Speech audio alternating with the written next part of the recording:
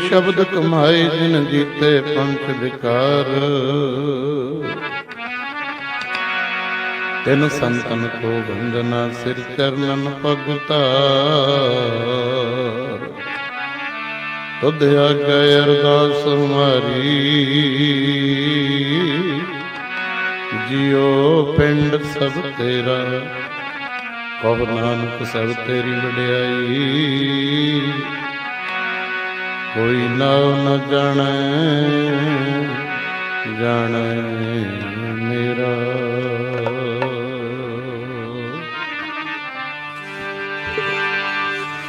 सुनो मेरे मीता महिमा साधुआं दे संग दी। सुनो मेरे मीता महिमा साधुआं दे संग दी। सुनो मेरे मीता महिमा साधुआं दे संग दी। सुनो मेरे मीता साधुआं दे संग दी। साधुआं दे संग दी। सुनो मेरे मीता महिमा साधुआं दे संग दी। सुनो मेरे मीता महिमा साधुआं दे संग दी।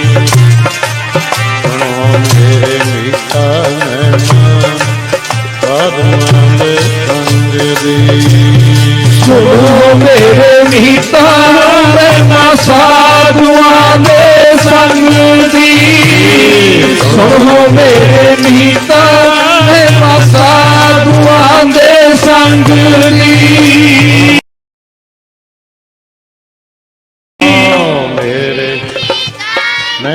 साधुआं दे संग दी।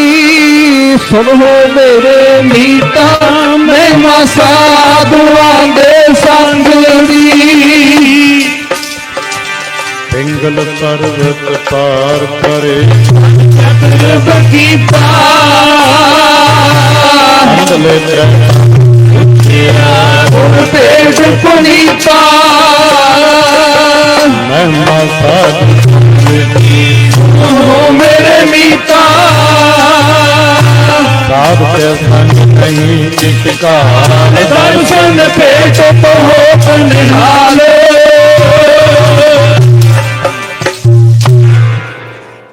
परम सत्कारयोग सतगुਰਾਂ ਦੇ ਪਾਵਨ ਪਵਿੱਤਰ ਚਰਨਾਂ ਵਿੱਚ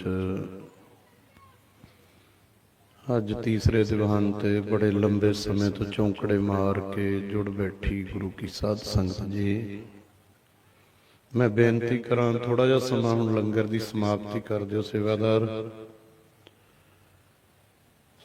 ਪ੍ਰਬੰਧਕ ਸੇਵਾਦਾਰਾਂ ਨੂੰ ਛੱਡ ਕੇ ਬਾਕੀ ਸਾਰੀ ਸੰਗਤ ਨੂੰ ਭਾਈ ਪੰਡਾਲ ਦੇ ਵਿੱਚ ਭੇਜਿਓ। ਇਹ ਆਤਮਾ ਦਾ ਭੋਜਨ ਕੁਝ ਚਿਰ ਛਕ ਲੈਣ ਜੀਵ, ਕਿਉਂਕਿ ਸਰੀਰ ਰੱਜਦਾ ਅੰਨ ਪਾਣੀ ਨਾਲ, ਜਿਹੜੀ ਆਤਮਾ ਹੈ ਇਹ ਗੁਰੂ ਦੀ ਬਾਣੀ ਨਾਲ ਰੱਜਦੀ ਹੈ। ਬਾਹਰ ਜਿੱਥੇ ਤੱਕ ਸਪੀਕਰਾਂ ਦੀ ਆਵਾਜ਼ ਸੁਣਦੀ ਹੈ, ਸਾਰੇ ਮਾਈ ਭਾਈ ਨਗਰ ਦੇ ਵਿੱਚੋਂ ਆਪਣੇ ਘਰਾਂ ਵਿੱਚੋਂ ਨਿਰਸਵਾਰਥ ਨਿਰਛਲ ਨਿਰਕਪਟ ਹੋ ਕੇ ਇਸ ਕੇ ਜਾਣਨਾ ਕਿ ਮੈਂ ਗੁਰੂ ਨਾਨਕ ਦੇ ਦਰਬਾਰ ਵਿੱਚ ਚੱਲਿਆ। ਗੁਰੂ ਨਾਨਕ ਦੇ ਦਰਬਾਰ ਦੇ ਵਿੱਚ ਇੱਥੇ ਕੌਣ ਕੌਣ ਆਉਂਦੇ ਨੇ? 68 ਤੀਰਥ ਜਹ ਸਾਧ ਪਗ ਧਰੈ, ਜਿਹੜੇ 68 ਤੀਰਥਾਂ ਤੇ ਗੰਗਾ ਜਮਨਾ ਗੋਦਾਵਰੀ केदारनाथ इलाहाबाद कुंभ त्रिवेणी प्रयागराज, ਉਹ 68 ਤੀਰਥ ਜਿੱਥੇ ਤੁਸੀਂ ਬੈਠੇ ਹੋ ਇੱਥੇ ਆਉਂਦੇ ਨੇ। ਉਹ 68 ਤੀਰਥ ਜਿੱਥੇ ਤੁਸੀਂ ਬੈਠੇ ਹੋ ਨਾ, ਤੇ 68 ਤੀਰਥ ਦੇਵੀ ਦੇਵਾ ਤਿਤਨੇ ਸਭ ਲੋਚਾ ਹੈ ਧੂਰ ਸਾਧੂ ਕੀ ਤਾਈ। 68 ਤੀਰਥਾਂ ਦਾ ਨਿਵਾਸ ਉੱਥੇ ਹੁੰਦਾ ਹੈ ਜਿੱਥੇ ਸਾਧੂਆਂ ਦਾ, ਸੰਗਤ ਦਾ, ਗੁਰੂ ਸਾਹਿਬ ਦਾ ਵਾਸਾ ਹੋਵੇ। ਸੋ ਕਿਸੇ ਦੇ ਚਰਨ ਧੂੜੇ ਮਸਤਕ ਲੱਗ ਗਈ ਨਾ, ਮਸਤਕ ਲੱਗੈ ਸਾਧ ਰੇਣ ਵੱਡ ਭਾਗ ਜਿਨ੍ਹਾਂ ਦੇ। ਇਸ ਕਰਕੇ ਭਾਈ ਗੁਰੂ ਦੇ ਤੇ ਗੁਰੂ ਦੀਆਂ ਸੰਗਤਾਂ ਦੀ ਚਰਨ ਧੂੜ ਮੱਥੇ ਦੇ ਨਾਲ ਆ ਕੇ ਲਾ ਲਈਏ ਤਾਂ ਕਿ ਸਾਡਾ ਭਲਾ ਹੋ ਜਾਵੇ, ਸਾਡੇ ਉੱਤੇ ਕੋਈ ਕਿਰਪਾ ਹੋ ਜਾਵੇ। ਜੀਵ ਹੈ ਵਿਚਾਰਾ ਲਿਬੜਿਆ ਪਿਆ ਵਿਸ਼ੇ ਵਿਕਾਰਾਂ ਦਾ, ਲੋਭ ਲਾਲਚ ਦਾ, ਈਰਖਾ ਦਵੈਸ਼ ਦਾ, ਮਾੜੇ ਕਰਮਾਂ ਦਾ ਇੰਨਾ ਕੁ ਦਬਿਆ ਪਿਆ, ਲਿਬੜਿਆ ਪਿਆ। ਇਹਨੂੰ ਇੱਥੇ ਆ ਕੇ ਪਵਿੱਤਰਤਾ ਮਿਲਦੀ ਹੈ, ਇਹਦੀ ਆਤਮਾ ਨੂੰ ਸਕੂਨ ਮਿਲਦਾ ਆ ਕੇ। ਤਾਂ ਕਰਕੇ ਆ ਜਿਹੜੇ ਜਵਾਕ ਇੱਧਰ ਪੀਪਣੀਆਂ ਜਿਹੀਆਂ ਵਜਾਉਂਦੇ, ਇਹਨਾਂ ਨੂੰ ਥੋੜਾ ਜਿਹਾ ਸੇਵਾਦਾਰ ਸਾਧ ਸੰਗਤ ਜੀਓ ਪਿਆਰ ਨਾਲ ਬੰਦ ਕਰਾ ਕੇ ਤੇ ਪਾਸੇ ਬਿਠਾ ਦੇਣ। ਮੈਂ ਫਿਰ ਬੇਨਤੀ ਕਰਾਂ ਨਗਰ ਦੀ ਸੰਗਤ ਨੂੰ, ਭਾਈ ਇੱਧਰ ਉੱਧਰ ਬੈਠੇ ਮਾਈ ਭਾਈ ਨੂੰ, ਸਤਸੰਗੀਆਂ ਨੂੰ ਕਿ ਆਪ ਗੁਰੂ ਨਾਨਕ ਦੇ ਪਾਵਨ ਦਰਬਾਰ ਵਿੱਚ ਜੁੜੀਏ। ਆਓ ਤੁਹਾਡੀ ਮੇਰੀ ਸਾਰਿਆਂ ਦੀ ਗੁਰੂ ਦੇ ਨਾਲ ਫਤਿਹ ਦੁਆਰਾ ਗੁਰਮਤਿ ਦੀ ਸਾਂਝ ਬਣਾਵੇ, ਕੋਈ ਵੀ ਰਸਨਾ ਬਾਂਝੀ ਨਾ ਰਹਿ ਜਾਏ। ਗੁਰੂ ਹਜ਼ੂਰੀ ਵਿੱਚ ਸੀਸ ਨਵਾ ਕੇ ਦੋਨੋਂ ਹੱਥ ਜੋੜ ਕੇ ਸਾਰੀ ਸੰਗਤ ਗੁਰੂ ਦੀਆਂ ਬਖਸ਼ਾਂ ਝੋਲੀ ਵਿੱਚ ਪਾਓ। ਗੱਜ ਕੇ ਆਖੋ ਜੀ ਵਾਹਿਗੁਰੂ ਜੀ ਕਾ ਖਾਲਸਾ, ਵਾਹਿਗੁਰੂ ਜੀ ਕੀ ਫਤਿਹ। ਸਤਿਗੁਰੂ ਸੱਚੇ ਪਾਤਸ਼ਾਹ ਕੋਟ ਬ੍ਰਹਮੰਡ ਕੋ ਠਾਕੁਰ ਸੁਆਮੀ ਸਰਬ ਜੀਆਂ ਕਾ ਦਾਤਾਰੇ, ਕਰੋੜਾਂ ਬ੍ਰਹਮੰਡਾਂ ਦੇ ਮਾਲਕ, ਉਪਮਾ ਸਰੂਪ, ਕਿਰਪਾਲੂ ਦਿਆਲੂ, ਮਹਾਨ ਗਿਆਨ ਦੇ ਸੋਮੇ, ਬਖਸ਼ਿਸ਼ ਭੰਡਾਰ, ਕਿਰਪਾ ਦੇ ਖਜ਼ਾਨੇ, ਸਰਵੇ ਕਾਇਨਾਤ ਹਰ ਦੋ ਆਲਮ, ਹਜੂਰੀ ਅਨਵਰ ਵਾਲੀਏ ਕੁਲ ਜਹਾਨ, ਰੂਹਾਨੀਅਤ ਦੇ ਮੁਜੱਸਮੇ, ਸਮੁੱਚੀ ਮਾਨਵਤਾ ਦੇ ਰਹਿਬਰ ਸਤਿਗੁਰੂ ਧੰਨ ਧੰਨ ਸ੍ਰੀ ਗੁਰੂ ਗ੍ਰੰਥ ਸਾਹਿਬ ਜੀ ਮਹਾਰਾਜ, ਜਿਨ੍ਹਾਂ ਦੀ ਅਪਾਰ ਕਿਰਪਾ ਤੇ ਰਹਿਮਤ ਦਾ ਸਦਕਾ ਹੋਤੀ ਮਰਦਾਨ ਰਾੜਾ ਸਾਹਿਬ ਸੰਪਰਦਾ ਦੇ ਪ੍ਰਸਿੱਧ ਤੇ ਨਾਮ ਰਸੀਏ, ਬੀਤ ਰਾਗ ਸਾਧੂ ਤਿਆਗੀ ਵਿਰਾਗੀ, ਬ੍ਰਹਮ ਗਿਆਨੀ, ਬ੍ਰਹਮ ਨੇਸ਼ਟੀ, ਬ੍ਰਹਮ ਸਰੋਤਰੀ ਮਹਾਂਪੁਰਖ ਧੰਨ ਧੰਨ ਸੰਤ ਬਾਬਾ ਕਰਮ ਸਿੰਘ ਜੀ ਮਹਾਰਾਜ, ਸਿੱਧਸਰ ਭੀਖੀ ਰਾੜਾ ਸਾਹਿਬ ਵਾਲੇ, ਉਹਨਾਂ ਸਤਿਪੁਰਸ਼ਾਂ ਦੀ ਯਾਦ ਦੇ ਵਿੱਚ ਸਾਲਾਨਾ ਸਮਾਗਮ ਹਰ ਸਾਲ ਸਾਰਾ ਨਗਰ, ਇਲਾਕਾ, ਦੇਸਾਂ ਵਿਦੇਸਾਂ ਦੀਆਂ ਸੰਗਤਾਂ ਜੁੜ ਕੇ ਕਰਦੀਆਂ ਨੇ। ਇਸ ਵਾਰੀ ਵੀ 5 ਰੋਜ਼ਾ ਸਮਾਗਮ ਰੱਖਿਆ ਗਿਆ। ਅੱਜ ਤੀਸਰਾ ਦਿਨ ਹੈ ਭਾਈ, ਦਿਨ ਬੀਤੀ ਜਾਂਦੇ ਨੇ, ਲੰਘੀ ਜਾਂਦੇ ਨੇ। ਕੱਲ ਨੂੰ ਚੌਥਾ ਦੀਵਾਨ, ਪਰਸੋਂ ਨੂੰ 5ਵਾਂ ਦੀਵਾਨ ਸਮਾਪਤੀ ਹੋ ਜੂ। ਫੇਰ ਸਾਲ ਨੂੰ ਮੁੜ ਕੇ ਕਿੰਨਾ ਸਮਾਂ, ਕਈ ਨਵੇਂ ਜੀਵ ਆ ਜਾਣਗੇ, ਕਈ ਚੱਲ ਜਾਣਗੇ ਇੱਥੋਂ, ਕਈ ਇਹ ਥਾਂ ਨੂੰ ਛੱਡ ਜਾਣਗੇ, ਕਈ ਇਹ ਥਾਂ ਨੂੰ ਮੰਨ ਲੈਣਗੇ ਆ ਕੇ। ਫਰੀਦਾ ਸੇਖ ਹਯਾਤੀ ਜਗ ਨਾ ਕੋਈ ਥਿਰ ਰਹਿਆ, ਜਿਸ ਆਸਣ ਹਮ ਬੈਠੇ ਕੇਤੇ ਬੈਸ ਗਿਆ।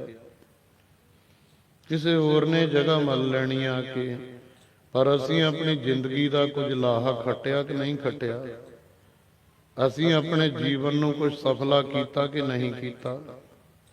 ਅੱਜ ਤੀਜਾ ਦੀਵਾਨ ਹੈ। ਤੀਜੇ ਦੀਵਾਨ ਤੇ ਤਕਰੀਬਨ 12 ਵਜੇ ਤੋਂ ਲੈ ਕੇ ਤੁਸੀਂ ਬੈਠੇ ਹੋ। ਕਿੰਨਾ ਸਮਾਂ ਸਫਲਾ ਹੋਇਆ ਹੋਊਗਾ। ਬੈਠਣਾ ਹੈ ਤਾਂ ਔਖਾ ਭਾਈ,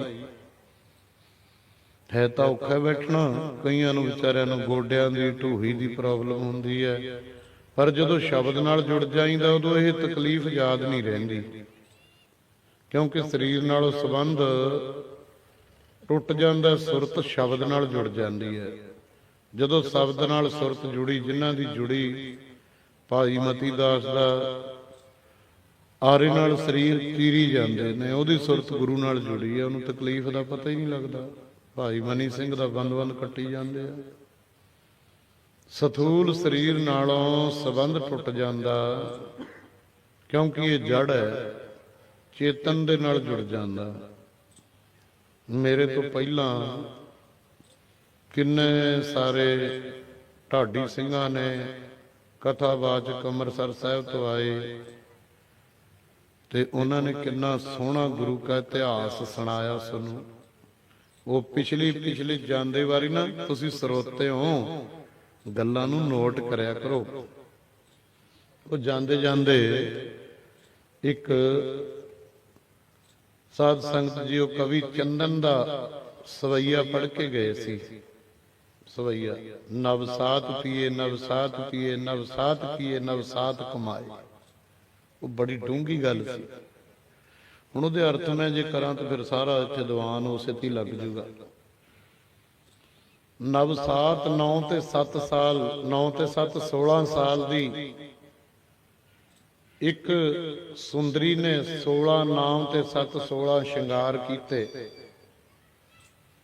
ਤੇ ਨਵਸਾਤ ਪੀਏ ਨਵਸਾਤ ਪੀਏ ਨਵਸਾਤ 9 ਤੇ 7 16 ਸਾਲ ਦਾ ਉਹਦਾ ਪਤੀ ਆਇਆ। ਇਹਦੇ ਅਰਥ ਬਹੁਤ ਡੂੰਘੇ ਨੇ, ਹੁਣ ਫਿਰ ਮੈਨੂੰ ਸਮਾਂ ਨਹੀਂ ਹੈ। ਤੇ ਉਦੋਂ ਬਾਅਦ ਗਿਆਨੀ ਅਮਰਤਪਾਲ ਸਿੰਘ ਉਹਨਾਂ ਨੇ, ਆ ਹੁਣੇ ਭਾਈ ਮਨਦੀਪ ਸਿੰਘ ਉਹਨਾਂ ਨੇ ਸਾਨੂੰ ਧਾਰਨਾ ਪੜ੍ਹ ਕੇ ਸੁਣਾਈਆਂ। ਇਹ ਦਰ ਫਕੀਰਾਂ ਦਾ, ਜਿਹੜੇ ਕੋਈ ਮੰਗ ਤੇ ਆਉਂਦੇ ਨੇ, ਧਾਰਨਾ ਪੜ੍ਹੀ ਸੀ ਇਹਨਾਂ ਨੇ, ਕਿਉਂਕਿ ਇੱਥੇ ਦੇ ਵਿਦਿਆਰਥੀ ਨੇ। ਸੰਦੀਪ ਸਿੰਘ ਬੈਠਾ ਹੈ, ਇਹ ਇੱਥੇ ਭਾਈ ਵਿਚਾਰੇ ਡਾਲੀਆਂ ਢੋ ਕੇ ਸੀਮੈਂਟ ਦੇ ਬੱਠਲ ਮਿੱਟੀ ਦੇ ਹਾੜ ਦੀਆਂ ਧੁੱਪਾਂ ਦੇ ਵਿੱਚ ਸੇਵਾ ਕਰਕੇ ਗਏ ਨੇ ਗੁਰੂ ਘਰ ਦੀ। ਇਹ ਕਈ ਸਾਲ ਜਿਹੜੇ ਸਾਰੇ ਇੱਥੇ ਵਿਦਿਆਰਥੀ ਸੇਵਾ ਕਰਕੇ ਗਏ ਨੇ, ਕੋਈ ਖਾਲੀ ਨਹੀਂ ਹੈ, ਕੋਈ ਸਾਰੇ ਪੂਰੀ ਚੜ੍ਹਦੀਆਂ ਕਲਾਂ ਦੇ ਵਿੱਚ ਨੇ, ਜਿੱਥੇ ਜਿੱਥੇ ਬੈਠੇ ਨੇ। ਵਧੀਆ ਸਿੱਖੀ ਦਾ ਪ੍ਰਚਾਰ ਕਰਦੇ ਆ। ਦੇਖੋ ਜਿੰਨੇ ਵੀ ਇੱਥੋਂ ਵਿਦਿਆਰਥੀ ਪੜ੍ਹ ਕੇ ਗਏ ਨੇ ਨਾ, ਐਨ ਪੂਰੇ ਕਿਰਨ ਚੋਟੀ ਦੇ ਸਾਧ ਸੰਗਤ ਜੀਓ, ਤੁਹਾਨੂੰ ਪਤਾ ਹੈ ਸਾਰਿਆਂ ਨੂੰ। ਮੈਂ ਸਾਰਿਆਂ ਦਾ ਹੀ ਧੰਨਵਾਦ ਕਰਦਾ ਹਾਂ, ਕਿਉਂਕਿ ਜਦੋਂ ਰਾੜਾ ਸਾਹਿਬ ਜਾਂਦੇ ਹੁੰਦੇ ਆ ਨਾ, ਮੈਂ ਤਾਂ ਪਿੱਛੇ ਜੇ ਜਾ ਕੇ ਬਹਿ ਜਾਂਦਾ। ਕਈ ਵਾਰੀ ਉਹ ਸਟੇਜ ਸੈਕਟਰੀ ਨੂੰ ਪਤਾ ਲੱਗ ਜਾਂਦਾ, ਭਾਈ ਰਣਧੀਰ ਸੋਹਣਾ ਨੂੰ, ਉਹ ਸਮਾਂ ਦੇ ਦਿੰਦੇ ਨੇ। ਨਹੀਂ ਬਸ ਇੰਨਾ ਕੀ ਹੈ ਕਿ ਉੱਥੇ ਦੀ ਤਾਂ ਚਰਨ ਧੂੜੀ ਬਹੁਤ ਹੈਗੀ, ਉੱਥੇ ਦੀ ਤਾਂ ਉਹੀ ਬਖਸ਼ਿਸ਼ ਸੰਗਤ ਦੀ, ਮਹਾਂਪੁਰਸ਼ਾਂ ਦੀ, ਗੁਰੂ ਦੀ ਬਹੁਤ ਹੈ। ਕਿਉਂਕਿ ਉਹ ਮੁੱਢ ਹੈ, ਜਿਹੜੀ ਡਾਹਣੀ ਮੁੱਢ ਨਾਲ ਟੁੱਟ ਜਾਂਦੀ ਹੈ ਨਾ, ਉਹ ਸੁੱਕ ਜਾਂਦੀ ਹੈ। ਜਿਹੜੇ ਫਲ ਬਿਰਛ ਨਾਲੋਂ ਕੱਚੇ ਟੁੱਟ ਜਾਂਦੇ ਨੇ, ਸੁੱਕ ਜਾਂਦੇ ਨੇ। ਅੱਕ ਨਾਲ ਕੁੱਕੜੀਆਂ ਲੱਗੀਆਂ ਉਹਨਾਂ ਚਿਰ ਸੋਹਣੀਆਂ ਲੱਗਦੀਆਂ ਨੇ ਜਿੰਨਾ ਚਿਰ। ਇਹ ਸੰਤ ਬਾਬਾ ਕਰਮ ਸਿੰਘ ਮਹਾਰਾਜ ਬਚਨ ਸੁਣਾਉਂਦੇ ਹੁੰਦੇ ਸੀ ਕਈ ਵਾਰੀ। ਖੱਖੜੀਆਂ ਸੁਹਾਵੀਆਂ ਲੱਗੜੀਆਂ ਗੰਠ ਅੰਗ। ਤੇ ਸਾਧ ਸੰਗਤ ਜਿਹੜੀਆਂ ਅੱਕ ਨਾਲ ਜੁੜੀਆਂ ਹੋਈਆਂ, ਉਹ ਸੋਹਣੀਆਂ ਲੱਗਦੀਆਂ, ਟੁੱਟ ਜਾਂਦੀਆਂ ਨੇ। ਨਿਆਣੇ ਪਾੜ ਕੇ ਉਹਦੀ ਰੂਹ ਨੂੰ ਗਲੀਆਂ ਵਿੱਚ ਮਿੱਟੀ ਵਿੱਚ ਰੋੜ ਦਿੰਦੇ ਨੇ। ਸੋ ਇਹਨਾਂ ਬੱਚਿਆਂ ਨੇ ਇੱਥੇ ਆ ਕੇ ਭਾਈ ਸੇਵਾਵਾਂ ਕੀਤੀਆਂ, ਕੁਛ ਅੱਖਰ ਪੜ੍ਹੇ, ਤੇ ਹੁਣ ਗੁਰੂ ਸਾਹਿਬ ਨੇ ਥਾਂ ਥਾਂ ਤੇ ਆਪਣੀਆਂ ਸੇਵਾਵਾਂ ਤੇ ਤਾਇਨਾਤ ਕੀਤੇ ਨੇ। ਸਾਰੀ ਸੰਗਤ ਇੱਕ ਵਾਰੀ ਗੱਜ ਕੇ ਆਖੋ ਸਤਨਾਮ ਸ਼੍ਰੀ। ਮੈਂ ਤੁਹਾਡੇ ਨਾਲ ਧਾਰਨਾ ਪੜ੍ਹੀ ਹੈ, ਸੁਣੋ ਮੇਰੇ ਮੀਤਾ, ਮਹਿਮਾ ਸਾਧੂਆਂ ਦੇ ਸੰਗ ਦੀ। ਸਾਧੂਆਂ ਦੇ ਸੰਗ ਦੀ ਇਹਦੇ ਦਰ ਤੇ ਮੰਗ ਤੇ ਆਉਂਦੇ ਨੇ ਸਾਧੂਆਂ ਕੋਲੇ ਵੱਡੇ ਵੱਡੇ। ਮਹਾਰਾਜਾ ਰਣਜੀਤ ਸਿੰਘ ਦੇ ਕਲਗੀ ਲੱਗੀ ਹੋਈ ਤੇ ਛਤਰ ਝੂਲਦਾ ਅੰਮ੍ਰਿਤਸਰ ਦੀ ਧਰਤੀ ਦੇ ਉੱਤੇ ਬਾਬਾ ਸਾਹਿਬ ਸਿੰਘ ਬੇਦੀ ਊਨਾ ਸਾਹਿਬ ਵਾਲੇ ਬੈਠੇ ਨਾ, ਆਨੰਦਪੁਰ ਸਾਹਿਬ ਦੀ ਧਰਤੀ ਤੇ। ਕਿਉਂਕਿ ਉਹਨਾਂ ਦਾ ਬਚਨ ਵੀ ਗੁਰੂ ਗੋਬਿੰਦ ਸਿੰਘ ਦੇ ਬਚਨਾਂ ਨਾਲ ਹੀ ਹੋਇਆ ਸੀ, ਉਹਨਾਂ ਦਾ ਜਨਮ। ਤਾਂ ਮਹਾਂਪੁਰਸ਼ਾਂ ਨੇ ਚੱਕ ਕੇ ਮੰਜਾ ਚਿੱਕੜ ਚੜਾ ਲਿਆ। ਚਿੱਕੜ ਚੜਾਹਿਆ ਮਹਾਰਾਜਾ ਰਣਜੀਤ ਸਿੰਘ ਦੇ ਤਾਜ ਲੱਗਿਆ ਕਲਗੀ। ਇਹਦੀ ਕਲਗੀ ਦੇ ਤਾਜ ਦੇ ਵਿੱਚ ਨਾ 30 ਕਰੋੜ ਪਾਉਂਡ ਦਾ ਹੀਰਾ ਹੁੰਦਾ ਸੀਗਾ। 1 ਪਾਉਂਡ ਦੀ ਕੀਮਤ ਦੇਖ ਲਓ, ਹੋਊਗੀ ਮੇਰੇ ਖਿਆਲ ਚ 110-15 ਰੁਪਏ 1 ਪਾਉਂਡ ਦੀ। ਇੰਗਲੈਂਡ ਦੇ ਪਾਉਂਡ ਨੇ ਨਾ, ਉਹ ਹੀਰਾ ਕੋਹੇ ਨੂਰ ਹੀਰਾ ਜਿਹਨੂੰ ਕਹਿੰਦੇ ਨੇ। ਮੈਂ ਇੰਗਲੈਂਡ ਵਿੱਚ ਕਈ ਵਾਰੀ ਗਿਆ, ਮੈਂ ਉੱਥੇ ਦੇਖਿਆ ਉਹ ਹੀਰਾ 3 ਟੁਕੜੇ ਹੋਏ ਹੋਏ ਨੇ। ਹੁਣ ਉਹਦੇ ਮਿਊਜ਼ੀਅਮ ਦੇ ਵਿੱਚ ਹੈ, ਸੈਂਟਰਲ ਲੰਡਨ ਦੇ ਵਿੱਚ। ਤਾਂ ਸਾਧ ਸੰਗਤ ਜੀ ਜਦੋਂ ਚਿੱਕੜ ਦੇ ਵਿੱਚ ਮੰਜੀ ਡਾਲੀ ਨਾ, ਮਹਾਂਪੁਰਸ਼ਾਂ ਨੇ ਆ ਕੇ ਚਿੱਕੜ ਦੇ ਵਿੱਚ ਹੀ ਤਾਜ ਦੇ ਸਮੇਤ ਮੱਥਾ ਟੇਕਿਆ। ਉਹ ਕਹਿੰਦੇ ਆ ਤਾਂ ਲਾ ਲੈਂਦਾ। ਮਹਾਰਾਜ ਇਹ ਦਿੱਤੇ ਕਿਹਦੇ ਨੇ? ਸੋਢੀ ਦਿੱਤੇ ਹੋਏ ਨੇ ਤਾਜ ਇਹ। ਸਾਧ ਸੰਗ ਜੀਓ, ਸੰਤ ਬਾਬਾ ਅਤਰ ਸਿੰਘ ਮਹਾਰਾਜ ਕੋਲੇ ਨਾਭਾ, ਪਟਿਆਲਾ, ਫਰੀਦਕੋਟੀਆ, ਜੀਂਦ ਵਾਲਾ ਰਾਜਾ, ਸੰਗਰੂਰ ਵਾਲਾ ਰਾਜਾ, ਕੈਂਥਲ ਵਾਲਾ ਰਾਜਾ, ਸਾਰੇ ਵੱਡੇ ਵੱਡੇ ਰਾਜੇ ਮਹਾਰਾਜ। ਬਾਬਾ ਵੀਰਮਦਾਸ ਜੀ ਬਧੌਸ਼ੀ ਵਾਲਿਆਂ ਦੇ ਕੋਲੇ ਸਾਧ ਸੰਗ ਜੀ, ਕਿਉਂਕਿ ਰਾਜੇ ਇਸ ਦਰ ਦੇ ਮੰਗਤੇ ਹੁੰਦੇ ਨੇ, ਵਾਕਈ ਮੰਗਤੇ ਨੇ। ਭਾਈ ਨੰਦ ਲਾਲ ਜੀ ਗੁਰੂ ਗੋਬਿੰਦ ਸਿੰਘ ਸਾਹਿਬ ਮਹਾਰਾਜ ਦੇ ਚਰਨਾਂ ਦੇ ਵਿੱਚ ਨੇ, ਉਹ ਪੂਰਾ ਭਿੱਜ ਕੇ ਲਿਖਦੇ ਨੇ। ਫਿਰ ਕਹਿੰਦਾ ਦਾਤਿਆ ਤੇਰਾ ਐਸਾ ਦਰ ਹੈ ਵੀ ਤੇਰੇ ਦਰ ਤੇ ਜਿਹੜੇ ਮੰਗਤੇ ਨੇ ਨਾ, ਤੇਰੇ ਦਰ ਦੇ ਮੰਗਤੇ, ਉਹ ਵੀ ਲੋਕਾਂ ਨੂੰ ਬਾਦਸ਼ਾਹੀਆਂ ਬਖਸ਼ਦੇ ਨੇ। ਸੱਚੇ ਪਾਤਸ਼ਾਹ ਪ੍ਰੋਫੈਸਰ ਪੂਰਨ ਸਿੰਘ ਹੋਰਾਂ ਨੇ ਲਿਖਿਆ, ਕਮਾਲ ਦੀ ਗੱਲ ਹੈ। ਹੁਣ ਮੈਂ ਤੁਹਾਡੇ ਨਾਲ ਬੇਨਤੀ ਕਰਦਾ ਵੀ ਜਿਹੜਾ ਸਾਧੂ ਹੈ ਉਹਦੇ ਲੱਛਣ, ਸਵੱਜਨ ਸਾਧੂ ਦੇ ਕੀ ਲੱਛਣ ਨੇ? 6 ਲੱਛਣ ਦੱਸਿਆ ਗੁਰੂ ਅਰਜਨ ਦੇਵ ਮਹਾਰਾਜ ਦੇ ਚਰਨਾਂ ਦੇ ਵਿੱਚ ਨਾ। ਪੰਡਤ ਹਰੀ ਲਾਲ ਤੇ ਕ੍ਰਿਸ਼ਨ ਲਾਲ ਬਨਾਰਸ ਦੇ ਪੰਡਤ ਸੀ ਇਹ, ਬ੍ਰਹਮਦਾਸ ਦੇ ਪੋਤਰੇ। ਗੁਰੂ ਅਰਜਨ ਦੇਵ ਮਹਾਰਾਜ ਦੇ ਚਰਨਾਂ ਵਿੱਚ ਆਏ। ਮਹਾਰਾਜ ਸੰਗਤ ਨੂੰ ਪੁੱਛਦੇ ਆ, ਕਹਿੰਦੇ ਸਭ ਤੋਂ ਠੰਡੀ ਕਿਹੜੀ ਚੀਜ਼ ਹੈ? ਕੋਈ ਕਹਿੰਦਾ ਪੋਹ ਮਾਘ ਦੀ ਸ਼ਰਦੀ, ਕੋਈ ਕਹਿੰਦਾ ਬਰਫ਼, ਕੋਈ ਕਹਿੰਦਾ ਹਿਮਾਲੀਏ ਦੀਆਂ ਕੰਧਰਾਂ, ਕੋਈ ਕਹਿੰਦਾ ਚੰਦਰਮਾ ਦੀ ਰੋਸ਼ਨੀ, ਕੋਈ ਕਹਿੰਦਾ ਚੰਦਨ ਦੀ ਲੱਕੜੀ, ਕੋਈ ਕੁਛ ਕਹਿੰਦਾ, ਕੋਈ ਕੁਛ ਕਹਿੰਦਾ ਵੀ ਇਹ ਠੰਡਾ ਹੈ। ਮਹਾਰਾਜ ਕਹਿੰਦੇ ਨਹੀਂ, ਇਦੋਂ ਵੀ ਠੰਡੀ ਹੋਰ ਚੀਜ਼ ਹੈ। ਹੋਰ ਕਿਹੜੀ ਠੰਡੀ ਚੀਜ਼ ਹੈ? ਸਾਧ ਸੰਗ ਜੋ ਨਹਿ ਸੀਤਲੰ ਚੰਦਰ ਦੇਵ ਹੈ, ਨਹਿ ਸੀਤਲੰ ਬਾਵਨ ਚੰਦਨ ਹੈ। ਕਹਿੰਦੇ ਚੰਦਰਮਾ ਦੀ ਰੋਸ਼ਨੀ ਵੀ ਇੰਨੀ ਠੰਡੀ ਨਹੀਂ, 52 ਉਂਗਲਾਂ ਦਾ ਚੰਦਨ ਵੀ ਇੰਨਾ ਠੰਡਾ ਨਹੀਂ। ਨਹਿ ਸੀਤਲੰ ਸੀਤ ਰੁਤੇਣ। ਅੱਜ ਤੁਸੀਂ ਕੈਨੇਡਾ ਅਮਰੀਕਾ ਦੇ ਵਿੱਚ ਚਲੋ, ਤਕਰੀਬਨ 52 ਤੇ 55 ਜਿਹੜਾ ਟੈਂਪਰੇਚਰ ਮਾਈਨਸ ਚੱਲ ਰਿਹਾ ਹੈ। ਜਿਹੜਾ ਤੁਹਾਡੀ ਅੱਖ ਵਿੱਚੋਂ ਪਾਣੀ ਨਿਕਲਦਾ ਉਹਦੀ ਵੀ ਬਰਫ਼ ਜੰਮ ਜਾਂਦੀ ਹੈ, ਇੰਨੀ ਠੰਡ। ਪਰ ਉਹ ਵੀ ਠੰਡੀ ਨਹੀਂ। ਹੋਰ ਇਦੋਂ ਠੰਡੀ ਕੀ ਹੈ? ਨਹਿ ਸੀਤਲੋਂ ਸੀਤ ਰੁਤੇਣ, ਨਾਨਕ ਸੀਤਲੋਂ ਸਾਧ ਸਵੱਜਨ ਹੈ। ਸਵੱਜਨ ਸਾਧੂ ਦੀ ਸੰਗਤ ਸਭ ਤੋਂ ਠੰਡੀ ਹੈ। ਬਾਹਰੋਂ ਤਾਂ ਅਸੀਂ ਬਰਫ਼ ਨਾਲ, ਏਸੀ ਨਾਲ, ਠੰਡੇ ਏਰੀਏ ਇਲਾਕੇ ਨਾਲ ਆਪਣੇ ਤਨ ਨੂੰ ਠੰਡਾ ਕਰ ਲਾਂਗੇ, ਪਰ ਜਿਹੜਾ ਅੰਦਰ ਮਨ ਭਟਕਦਾ ਹੈ, ਰਾਤ ਨੂੰ ਡਰ ਡਰ ਉੱਠਦਾ ਹੈ, ਨੀਂਦ ਦੀਆਂ ਗੋਲੀਆਂ ਖਾ ਕੇ ਸੌਂਦਾ ਹੈ, ਭਟਕਦਾ ਹੈ ਰਾਤ ਨੂੰ, ਉਹਦੀ ਠੰਡ ਕੌਣ ਪਾਊਗਾ? ਸਭ ਤੋਂ ਠੰਡੀ ਸਵੱਜਨ ਸਾਧੂ ਦੀ ਸੰਗਤ ਹੈ। ਥੋੜਾ ਇੱਕੋ ਘਟਾ ਦੇ। ਸਭ ਤੋਂ ਠੰਡੀ ਸਵੱਜਨ ਸਾਧੂ ਦੀ ਸੰਗਤ ਹੈ। ਸਾਧ ਸੰਗਤ ਜੀਓ, ਸਵੱਜਨ ਸਾਧੂ ਦੀ ਸੰਗਤ। ਹੁਣ ਸਵੱਜਨ ਸਾਧੂ ਕਿਹਨੂੰ ਕਹਿੰਦੇ ਨੇ? ਉਹਦੇ ਲੱਛਣ ਕੀ ਹੁੰਦੇ ਨੇ ਬਈ?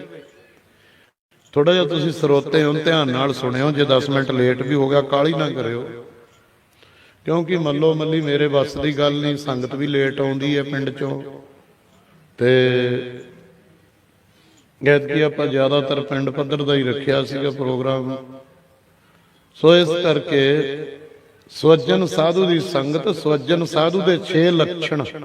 6 ਕਿਹੜੇ ਕਿਹੜੇ? ਹੁਣ ਤੁਸੀਂ ਯਾਦ ਰੱਖਿਓ, ਮੈਂ ਤੁਹਾਨੂੰ ਇੱਕ ਇੱਕ ਗੁਰਬਾਣੀ ਦੀ ਵਿਆਖਿਆ ਨਾਲ ਦੱਸੂਗਾ, ਧਿਆਨ ਨਾਲ ਸੁਣਨਾ।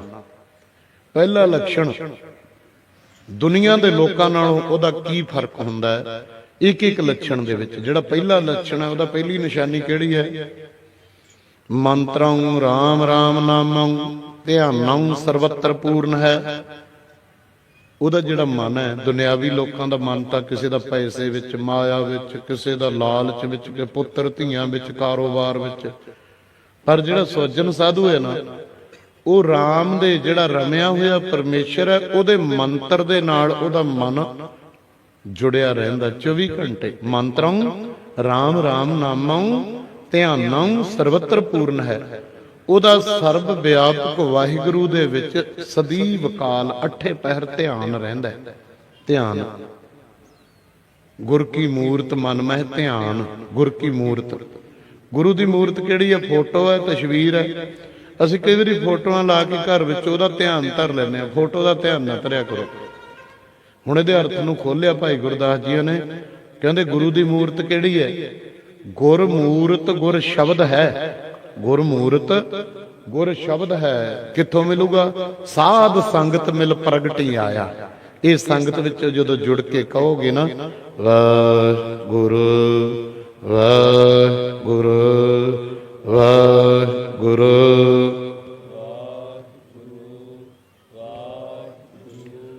ਵਾਹਿਗੁਰੂ ਧਿਆਨੋਂ ਸਰਵਤਰ ਪੂਰਨ ਹੈ। ਸਰਬ ਵਿਆਕ ਵਾਹਿਗੁਰੂ ਜਿਹੜਾ ਹੈ, ਸਰਵਤਰ ਰਮਣ ਵਾਲੇ ਪਰਮੇਸ਼ਰ ਦੇ ਸ਼ਬਦ ਵਿੱਚ ਧਿਆਨ ਰਹਿਣਾ, ਇਹਦੀ ਪਹਿਲੀ ਨਿਸ਼ਾਨੀ ਹੈ।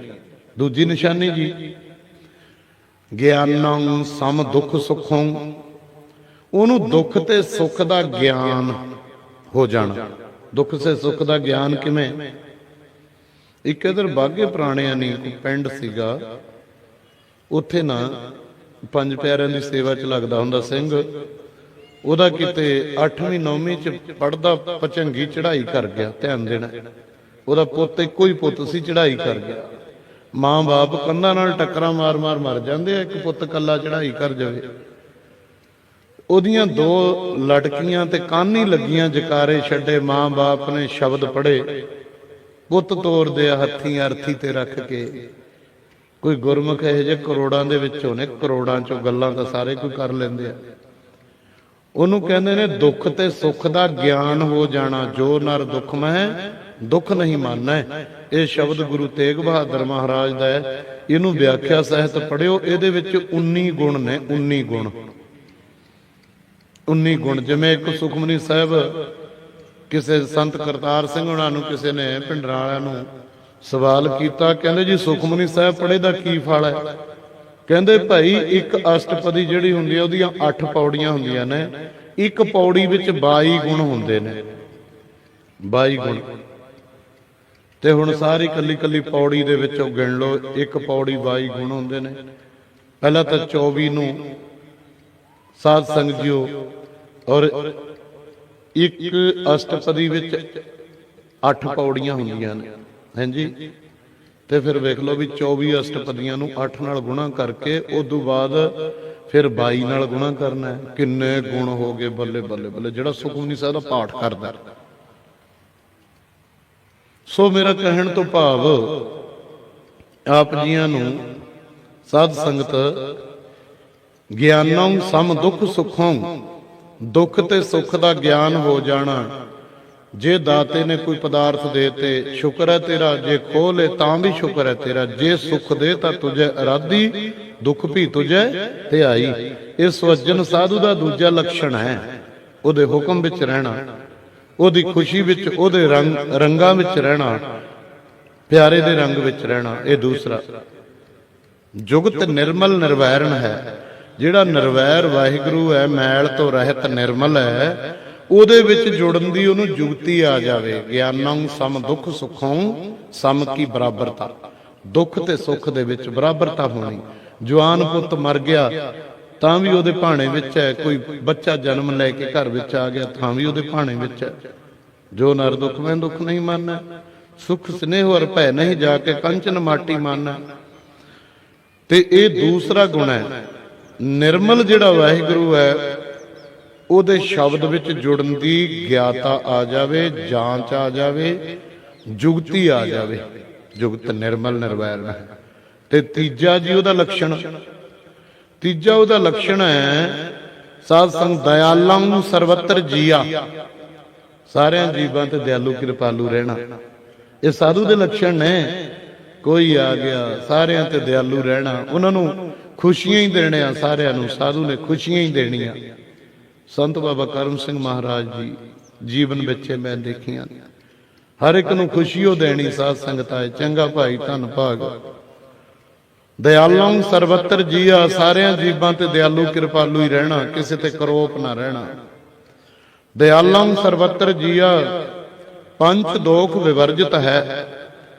ਪੰਜਾਂ ਦੋਖਾਂ ਤੋਂ ਮਨ ਨੂੰ, ਕਰਮ ਇੰਦਰੇ, ਗਿਆਨ ਇੰਦਰੇ, ਇਹਨਾਂ ਰਸਾਂ ਤੋਂ ਰੋਕ ਕੇ ਰੱਖਣਾ। ਪੰਜ ਦੋਖ ਵਿਵਰਜਿਤ। ਵਿਵਰਜਿਤ ਕਹਿੰਦੇ ਨੇ ਵਿਵਰਜਿਤ, ਰੋਕਣ ਨੂੰ, ਵੀ ਉਹਨਾਂ ਨੂੰ ਰੋਕਣਾ। ਸਾਧ ਸੰਗਤ ਜੀਓ, ਇਸ ਸੁਅਜਨ ਸਾਧੂ ਦੇ ਨਾਲ ਇੱਕ ਅਪਰਸ ਦੀ ਗੱਲ ਵੀ ਆਉਂਦੀ ਹੈ। ਜਦੋਂ ਗੁਰੂ ਅਰਜਨ ਦੇਵ ਮਹਾਰਾਜ ਨੂੰ ਕਿਹਾ ਸਿੱਖਾਂ ਨੇ ਕਿ ਸਾਨੂੰ ਅਪਰਸ਼ ਦੀ ਨਿਸ਼ਾਨੀ ਦੱਸੋ, ਕੀ ਹੁੰਦਾ ਹੈ, ਕਿਹਾ ਜਾ ਹੁੰਦਾ ਅਪਰਸ, ਉਹਦੇ ਲੱਛਣ ਕੀ ਹੁੰਦੇ ਨੇ। ਅਪਰਸ ਸੁਖਮਨੀ ਸਾਹਿਬ ਦੇ 9ਵੇਂ ਸ਼ਲੋਕ ਤੇ 9ਵੀਂ ਅਸ਼ਟਪਦੀ ਦੇ ਵਿੱਚ ਪੜ੍ਹਿਓ ਤੁਸੀਂ ਸਾਰੀ ਦੇ ਵਿੱਚ ਕਿ ਉਰ ਧਾਰੇ ਜੋ ਅੰਤਰ ਨਾਮ ਸਰਬ ਮੈਂ ਪੇਖੈ ਭਗਵਾਨ, ਨਿਮਕ ਨਿਮਕ ਠਾਕੁਰ ਨਮਸਕਾਰੈ, ਨਾਨਕ ਉਹ ਅਪਰਸ ਸਗਲ ਨਿਸਤਾਰੈ, ਮਿਥਿਆ ਨਾਹੀ ਰਸਨਾ ਪਰਸ। ਕਹਿੰਦੇ ਉਹਦੀ ਜੀਭਾ ਝੂਠ ਨੂੰ ਸਪਰਸ਼ ਨਹੀਂ ਕਰਦੀ ਕਦੀ ਵੀ। ਜਿਹੜਾ ਸੁਅਜਨ ਸਾਧੂ ਹੈ, ਅਪਰਸ ਸਾਧੂ ਹੈ। ਹੁਣ ਜਿਹੜਾ ਸਾਧੂ ਝੂਠ ਬੋਲਦਾ ਹੈ ਯਾਰੋ, ਤੇ ਉਹ ਸਾਧੂ ਥੋੜਾ ਹੀ ਹੋ ਸਕਦਾ। ਮਿਥਿਆ ਨਾਹੀ ਰਸਨਾ ਪਰਸ, ਬੋਲੇ ਸਾਚ ਮਿਥਿਆ ਨਹੀਂ ਰਾਈ, ਗੁਰਮੁਖ ਚਾਲੇ ਹੁਕਮ ਰਜਾਈ। ਰਾਈ ਜਿੰਨਾ ਵੀ ਝੂਠ ਨਹੀਂ ਬੋਲਦਾ ਜਿਹੜਾ ਸਾਧੂ ਹੈ, ਸੱਚ ਕਹੂਗਾ। ਸਤ ਸੰਗ ਜੀਓ, ਤੇ ਫੇਰ ਕੀ ਕਹਿੰਦੇ ਨੇ ਸਾਧ ਸੰਗਤ ਜੀਓ, ਮਿਥਿਆ ਨਾਹੀ ਰਸਨਾ ਪਰਸ, ਮਨ ਮਹਿ ਪ੍ਰੀਤ ਨਿਰੰਜਨ ਦਰਸ। ਮੇਰੇ ਵਾਹਿਗੁਰੂ ਦੇ ਨਿਰੰਜਨ ਜੋ ਕਲੰਕ ਤੋਂ ਰਹਿਤ ਪਰਮਾਤਮਾ ਹੈ, ਉਹਦੇ ਦਰਸ਼ਨਾਂ ਦੀ ਹਰ ਵਕਤ ਮਨ ਵਿੱਚ ਇੱਛਾ ਰਹਿਣੀ ਕਿ ਮੈਂ ਮੇਰੇ ਪਰਮਾਤਮਾ ਦੇ ਦਰਸ਼ਨ ਵੇਖਣੇ ਚਾਹੁੰਦਾ ਹਾਂ। ਜ਼ਿੰਦਗੀਆਂ ਲੱਗ ਜਾਂਦੀਆਂ ਨੇ। ਮਨ ਮਹਿ ਪ੍ਰੀਤ ਨਿਰੰਜਨ ਦਰਸ, ਪਰ ਤੇਰਾ ਰੂਪ ਨਾ ਦੇਖੈ ਨੇਤਰ। ਅੱਖਾਂ ਦੇ ਨਾਲ ਵੇਖਣਾ, ਆ ਮੇਰੀ ਮਾਂ ਵਰਗੀ ਹੈ, ਮੇਰੀ ਭੈਣ ਵਰਗੀ ਹੈ, ਮੇਰੀ ਧੀ ਵਰਗੀ ਹੈ, ਅੱਖਾਂ ਦੇ ਨਾਲ। ਇਹ ਨਹੀਂ ਕਿ ਆਪਣੀਆਂ ਦੇ ਲਈ ਹੋਰ ਦੇਖਣੀ ਹੈ, ਦੂਜਿਆਂ ਦੇ ਲਈ ਹੋਰ ਦੇਖਣੀ ਹੈ। ਪਰ ਤੇਰਾ ਰੂਪ ਨਾ ਦੇਖੈ ਨੇਤਰ। ਹਰ ਵਕਤ ਧਿਆਨ ਕਿੱਥੇ ਰਹਿੰਦਾ? ਸੰਤ ਕੀ ਟਹਿਲ ਸਾਧ ਸੰਗ ਹੇਤ। ਸਾਧੂਆਂ ਦੇ ਨਾਲ ਪਿਆਰ ਰੱਖਣਾ ਤੇ ਸੰਤਾਂ ਮਹਾਤਮਾ ਦੀ ਸੇਵਾ ਗੁਰੂ ਦੇ ਚਰਨਾਂ ਵਿੱਚੋਂ ਨਿਤਾ ਪ੍ਰਤੀ ਇਹ ਮੰਗ ਕਰਦਾ ਹੈ। ਸੰਗ ਸਾਧੂ ਦਾ ਗੁਰਾਂ ਦੀ ਸੇਵਾ, ਸੰਗ ਸਾਧੂ ਦਾ ਗੁਰਾਂ ਦੀ ਸੇਵਾ, ਇਹੋ ਮੰਗ ਮੰਗਾ ਵਾਹਿਗੁਰੂ।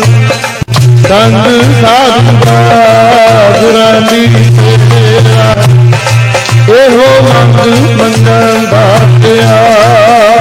ਸਾਧੂ ਦਾ ਗੁਰਾਂ ਦੀ ਸੇਵਾ, ਇਹੋ ਮੰਗ ਮੰਗਾ ਵਾਹਿਗੁਰੂ। ਸੰਗ ਸਾਧੂ ਦਾ ਗੁਰਾਂ ਦੀ ਸੇਵਾ, ਇਹੋ ਮੰਗ ਮੰਗਾ ਵਾਹਿਗੁਰੂ। ਗੁਰਾਂ ਦੀ ਸੇਵਾ, ਇਹੋ ਮੰਗ ਮੰਗਾ ਵਾਹਿਗੁਰੂ। ਸੰਗ ਸਾਧੂ ਦਾ ਗੁਰਾਂ ਦੀ ਸੇਵਾ, ਇਹੋ ਮੰਗ ਮੰਗਾ ਵਾਹਿਗੁਰੂ। ਸਾਧੂ ਦਾ ਗੁਰਾਂ ਦੀ ਸੇਵਾ, ਦੀ ਗੁਰਾਂ ਦੀ ਸੇਵਾ, ਇਹੋ ਮੰਗ ਮੰਗਾ ਦਾਤਿਆ। ਸੰਗ ਸਾਧੂ ਦਾ ਗੁਰਾਂ ਦੀ ਸੇਵਾ, ਇਹੋ ਮੰਗ ਮੰਗਾ ਵਾਹਿਗੁਰੂ।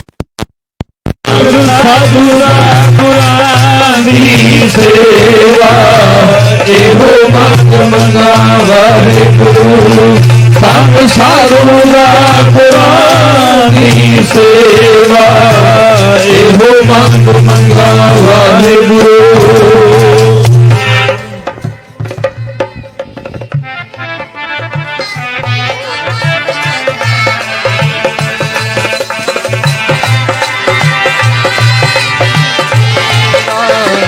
ਇਹੋ ਮੰਗ ਮੰਗਾ ਵਾਹਿਗੁਰੂ। ਪਰ ਤੇਰਾ ਰੂਪ ਨਾ ਪੇਖੈ ਨੇਤਰ, ਸਾਧ ਕੀ ਟਹਿਲ ਸੰਤ ਸੰਗ ਹੇਤ। ਸਾਧੂਆਂ ਦੇ ਨਾਲ ਪ੍ਰੇਮ ਰੱਖਣਾ। ਅਗਲੀ ਗੱਲ ਸੁਣਿਓ, ਕਰਨ ਨਾ ਸੁਣੈ ਕਾਹੂ ਕੀ ਨਿੰਦਾ। ਆ ਕੰਨਾਂ ਦੇ ਨਾਲ ਨਾ ਕਦੀ ਕਿਸੇ ਦੀ ਨਿੰਦਿਆ ਸੁਣਨੀ ਹੋਈ ਨਹੀਂ, ਕਰਨੀ ਤਾਂ ਕੀ ਹੈ, ਜੀਭਾ ਦੇ ਨਾਲ ਕਰਨੀ। ਇਹਦੀ ਵਿਆਖਿਆ ਅੱਗੇ ਜਾ ਕੇ ਦੱਸਦਾ ਮੈਂ। ਤੀਸਰਾ ਲੱਛਣ ਕਿ ਦਿਆਲੰ ਸਰਵਤਰ ਜੀਆ, ਪੰਜ ਦੋਖ ਵਿਵਰਜਿਤ ਹੈ। ਪੰਜਾਂ ਦੋਖਾਂ ਤੋਂ ਸਾਧ ਸੰਗਿਓ ਵਿਵਰਜਿਤ ਰਹਿਣਾ। ਜੇ ਪੰਜਾਂ ਚੋਂ ਕਾਮ, ਕ੍ਰੋਧ, ਲੋਭ, ਮੋਹ, ਅਹੰਕਾਰ ਇਹ ਸਤਾਉਂਦੇ ਨੇ ਨਾ, ਉਦੋਂ ਗੁਰੂ ਅੱਗੇ ਅਰਦਾਸ ਕਰਨੀ, ਰਾਖ ਪਿਤਾ ਪ੍ਰਭ ਮੇਰੇ, ਮੋਹਿ ਨਿਰਗੁਣ ਸਭ ਗੁਣ ਪੰਚ ਵਿਖਾਦੀ, ਏਕ ਗਰੀਬਾ ਰਾਖੋ ਰਾਖਣ ਹਾਰੇ, ਖੇਦ ਕਰੈ ਔਰ ਬਹੁਤ ਸੰਤਾਵੈ, ਆਇਓ ਸ਼ਰਨ ਤੁਹਾਰੇ। ਜੁੜ ਜਾਣਾ ਚਾਹੀਦਾ ਸ਼ਬਦ ਦੇ ਨਾਲ। ਦੇਖੋ ਪੰਜਾਬੀ ਦੀ ਸਿੱਧੀ ਜੀ ਵਿਆਖਿਆ ਆਪਾਂ ਨੂੰ ਗੁਰਬਾਣੀ ਦੀ ਸਮਝ ਪੈਂਦੀ, ਉਦੋਂ ਜੁੜ ਜਿਆ ਕਰੋ ਸੁਰਤ ਨੂੰ ਪੂਰਾ ਨਾ। ਜਦੋਂ ਇੱਧਰ ਉੱਧਰ ਧਿਆਨ ਜਾਂਦਾ ਫਿਰ ਸ਼ਬਦ ਵਿੱਚ ਜੋੜਨਾ, ਫਿਰ ਇੱਧਰ ਜਾਂਦਾ। ਮਨ ਦਾ ਸੁਭਾਅ ਜਿਵੇਂ ਪਾਣੀ